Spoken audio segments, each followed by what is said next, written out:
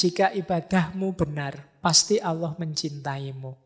Itu yang engkau rasakan di hatimu, yang membuat hatimu mesra bersamanya.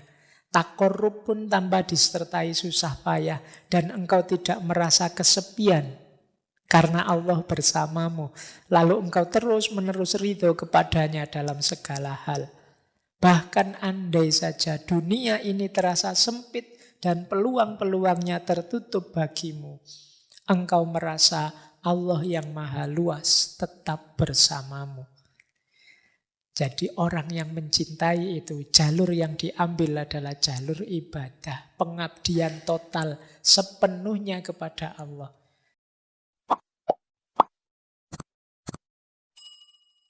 Assalamualaikum warahmatullahi wabarakatuh. Jalan kita untuk menempuh cinta ilahiyah atau mahabbah adalah yang pertama uzlah. Jadi menurut Syekh, ini satu paragraf ini saya baca agak menarik. Suatu kecelakaan bagi orang bodoh. Mengapa dia tidak mau belajar? Tapi 7 kali lipat kecelakaan bagi orang berilmu. Mengapa tidak mau beramal?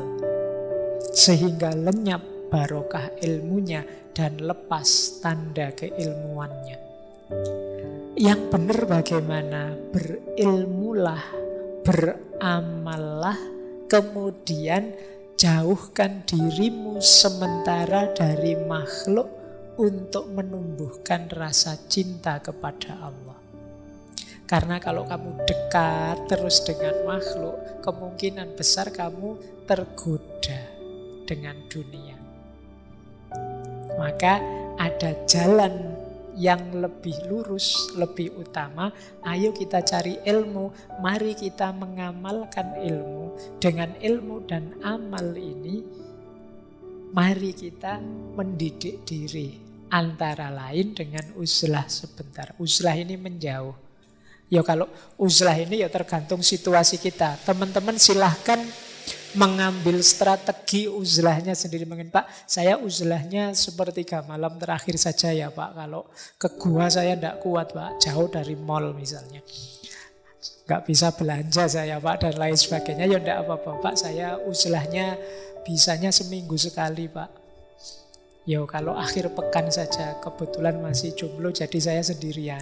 Ada momen untuk uzlah. Uzlah itu dalam rangka apa? Refleksi, muhasabah, menghitung diri demi peningkatan kualitas diri. Jangan terus-terusan kamu terlibat dengan orang lain, dengan makhluk. Kuatirnya kamu tidak kritis. Orang itu kan kalau dekat terus biasanya terus jadi tidak kritis. Jeleknya tidak kelihatan. Nah, jadi berilmu, beramal, kemudian menjauh sebentar untuk refleksi. Dari situ cinta akan muncul, berkembang. Dan kata Syekh di belakang itu, jangan dikira dengan uzlah itu kita akan tenggelam, dilupakan orang. Kata Syekh banyak cerita dengan kehendaknya Allah. Justru perbuatan itu mampu memasyhurkan, memperharum namamu di hadapan makhluk. Bahkan semakin menambah bagianmu. Kadang-kadang kan kita heran, para aulia, orang-orang yang dicintai Allah ini kok rasanya kerja apa ya mereka, tapi kok kaya-kaya ya. Kok selalu seolah-olah datang sendiri rezekinya. Mereka masyhur, terkenal, banyak orang ngerti tanpa harus bikin akun Instagram, YouTube, dan lain-lain. Mengapa? Ridho Allah, perkenan Allah, dengan kehendaknya Allah. Kalau Allah menganggap bahwa kemasyhuranmu bermanfaat bagi umat, insya Allah akan ditakdir masyhur, harum nama demi kemanfaatan makhluk. Kalian tidak usah sibuk mikir itu. Sibukmu adalah memperbaiki diri, mencintai Allah setulus mungkin. Jadi rumus pertama uzlah. Rumus kedua ridho, apapun ketetapannya. Orang yang dicintai Allah tentu rela atas ketentuannya, tidak memerlukan pertolongan dari selain Dia. Baginya kepahitan seorang fakir adalah kenikmatan, ridho kepadanya dan merasa nikmat jika bersamanya. Letak kaya itu di pikiran, nikmat jika sedang merasakan sakit, jinak jika berada dalam ketakutan. Alangkah beruntung wahai orang yang sabar, wahai orang yang rela, wahai orang yang memadamkan hawa nafsunya. Saya lanjutkan. Pecinta Allah adalah tamu di sisinya. Dan tamu tidak milih makanan, minuman, pakaian yang disediakan oleh tuan rumah dalam segala situasinya. Namun jika ia senantiasa terus-menerus berdiam, sabar, rela, maka kepada tamu yang seperti itu katakan, gembiralah atas apa yang engkau lihat dan jumpai. Jadi ini maksudnya, cirinya untuk jalan kita mendapatkan cinta pada Allah adalah ridho. Kita ini ibarat tamunya Allah. Kita ini sahabat yang sedang bertamu kepada Allah. Makanya kita dekat dengan Allah. Tamu yang baik itu ndak milih, ndak pesen makan minum, milih makanan. Kan kita kalau bertamu kan ndak pesen. Wah, saya bertamu siang-siang nih haus, saya minta es teh 2, es teh, kan ndak begitu. Terserah saja tuan rumah ngasih apa, aku ridho, aku rela. Ini menunjukkan kita sayang pada yang kita tamui, yang kita dekati.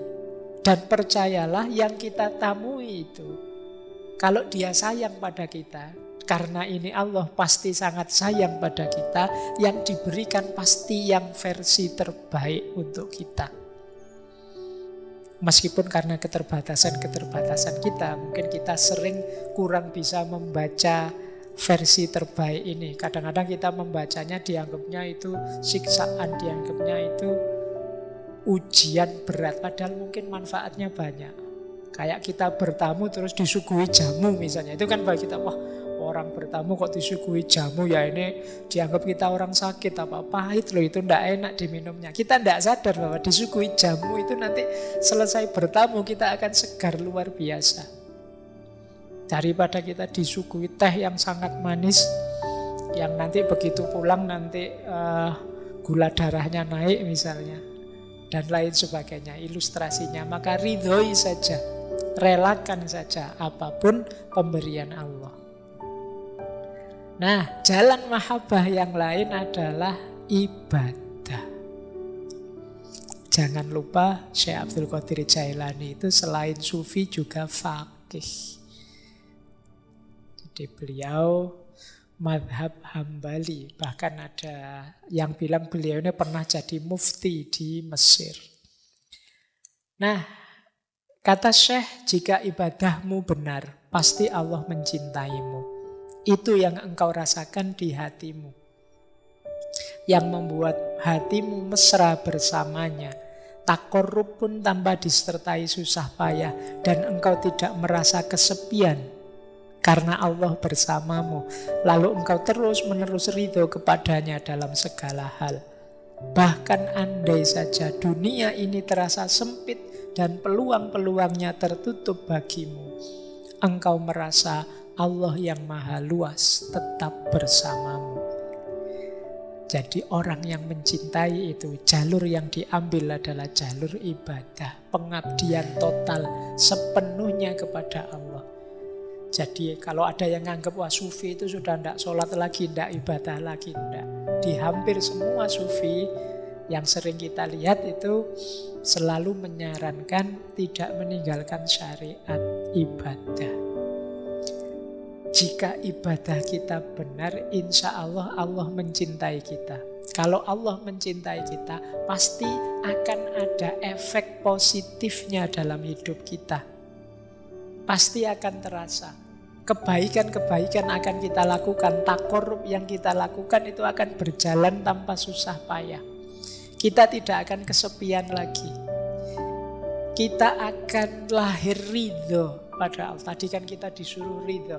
Kalau kita aktif dan semangat beribadah, di antara keistimewaan yang dianugerahkan Allah adalah ridho dan juga kelapangan hidup. Nah, ini jalan ibadah.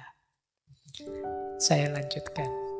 Nah, jalan lain mahabbah adalah bagaimana kita jadi rahmat bagi sesama. Jadi berarti apa? Kalau kita sudah mencintai Allah, jalan yang lain untuk menumbuhkan cinta Allah pada kita adalah mari kita bekerja, kemudian mengambil manfaat dari kerja kita, membantu fakir miskin, menjadi rahmat bagi sesama. Ringkasnya, mari kehadiran kita bernilai positif, kontributif pada sekeliling kita. Jangan hanya kita senang-senang gembira karena kedekatan kita pada Allah, kita juga harus peduli sesama.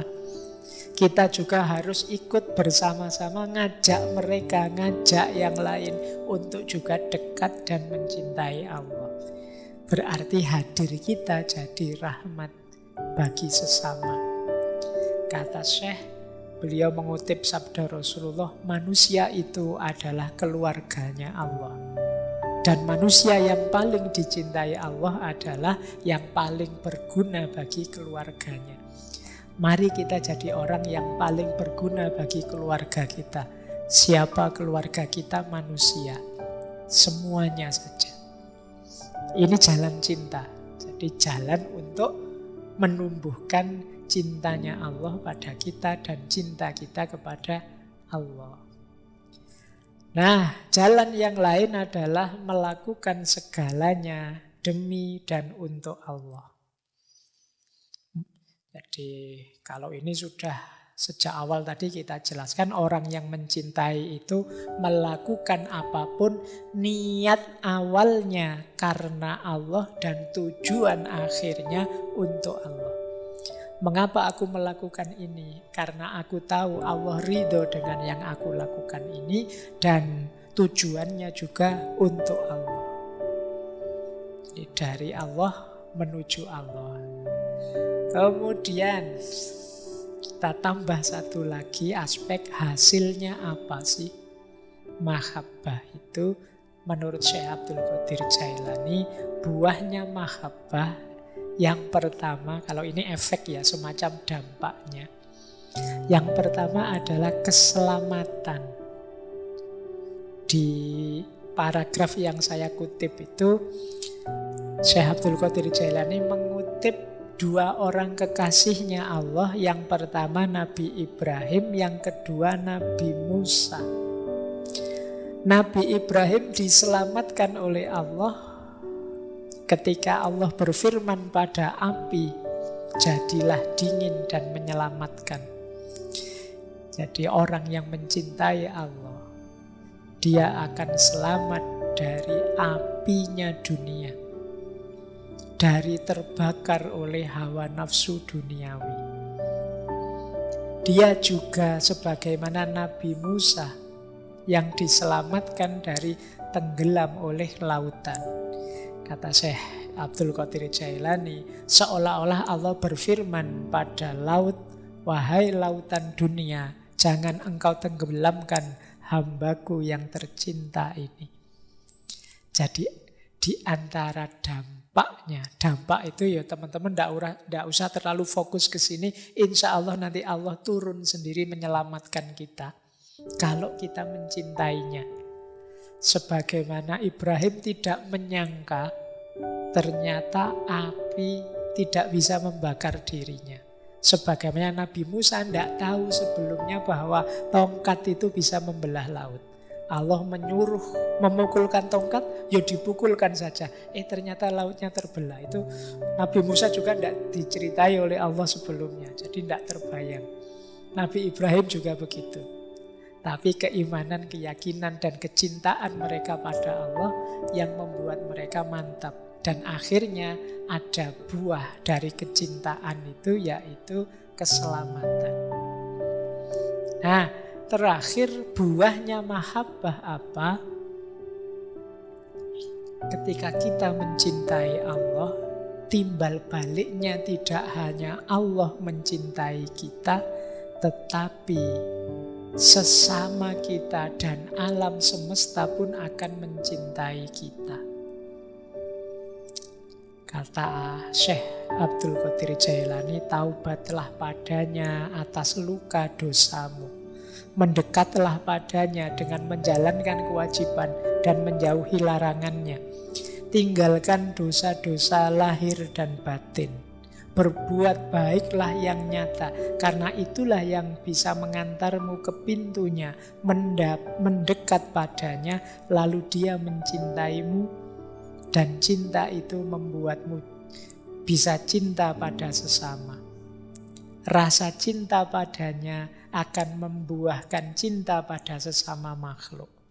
Dan pada gilirannya, bila Allah dan semua malaikatnya mencintaimu, semua makhluk pun mencintaimu. Jadi ketika kita mencintai Allah, Allah mencintai kita. Semua makhluknya pun pada gilirannya akan mencintai kita. Meskipun nanti di kalimat terakhir Syekh Abdul Qadir Jailani menyebut kecuali orang-orang yang kufur, yang ingkar, dan orang-orang yang munafik, yang palsu. Karena orang-orang ini ada pada gelombang yang berbeda. Mereka tidak ada di frekuensi kita, tidak selaras. Jadi energinya tidak selaras, tidak sama. Makanya dia sulit. Mungkin orang-orang yang palsu, yang munafik tadi justru benci melihat kita dalam cinta. Nah, terakhir, waktunya sudah jam 10 nanti. Ada satu bagian yang saya senang dari Syekh Abdul Qadir Jailani tentang cinta ini. Saya baca lengkap untuk menutup sesi kita malam hari ini. Ini peringatan pada anak-anak muda. Wahai anak-anak muda, kan yang malam hari ini yang hadir insya Allah muda semua, kecuali yang tidak. Yang tidak termasuk saya. Wahai anak-anak muda, waspadalah. Jangan sampai Allah melihat di hatimu ada selain dirinya. Nah, jangan sampai ada bibit-bibit cinta selain dirinya. Ya paling tidak malulah. Waspadalah, jangan sampai Allah melihat di dalam hatimu ada rasa takut kepada selain dirinya. Ada harapan kepada selain dia. Dan ada kecintaan kepada selain dia. Hendaklah engkau berusaha membersihkan kalbumu dari selain dirinya. Hendaklah engkau tidak memandang kemudorotan ataupun manfaat, kecuali itu datang dari Allah belaka. Engkau selalu dalam rumahnya dan menjadi tamunya. Wahai anak muda, ingatlah bahwa segala sesuatu yang engkau lihat adalah wajah-wajah yang palsu. Dan yang engkau cintai adalah cinta yang semu, yang bisa membuatmu mendapat hukuman kalau tidak hati-hati. Jadi ini cinta dunia. Cinta yang benar dan tidak akan mengalami perubahan adalah cinta kepada Allah. Dialah yang seharusnya engkau lihat dengan matamu. Itulah cinta orang-orang siddiq yang dipenuhi limpahan keruhanian. Mereka tidak mencintai hanya dengan keimanan, tetapi juga dengan keyakinan dan kesaksian. Hijab atau tirai mereka tersingkap sehingga mereka bisa melihat perkara-perkara yang tersembunyi. Engkau melihat apa yang tidak mungkin dapat mereka jelaskan. Jadi orang-orang yang mencintai Allah ini, mereka ini terbuka hijabnya. Dia tahu banyak rahasia, sehingga mereka sendiri kadang mengalami karomah-karomah anugerah dari Allah. Kita melihat dari mereka kadang-kadang hal-hal yang tidak dapat dijelaskan. Semuanya anugerahnya Allah. Nah ini nanti bagian boleh diulang-ulang oleh teman-teman. Karena menurut saya ringkesan dari yang saya jelaskan kurang lebih 2 jam tadi ya bagian ini. Untuk cinta pada Allah.